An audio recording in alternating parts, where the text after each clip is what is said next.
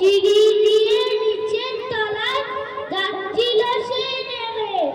অন্ধকারে ভয়ে ভয়ে থেমে থেমে আঁতেছিল প্রদীপ কানি, আঁচল দিয়ে আড়াল করে চলছিল সাবধানী।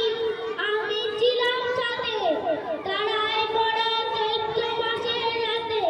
হঠাৎ কান্না শুনে উঠে দেখতে গেলাম ছুটে, সিঁড়ির মধ্যে যেতে যেতে প্রদীপটা তার নিভে গেছে বাতাসেতে। সুধাই কারে কি হয়েছে স্বামী, সে গেলে কয় নিচের থেকে হারিয়ে গেছি আমি। তারায় পড়া চৈত্র মাসের রাতে ফিরে গিয়ে ছাদে মনে হলো আকাশ মানে যে আমার ভাবির মতোই যেন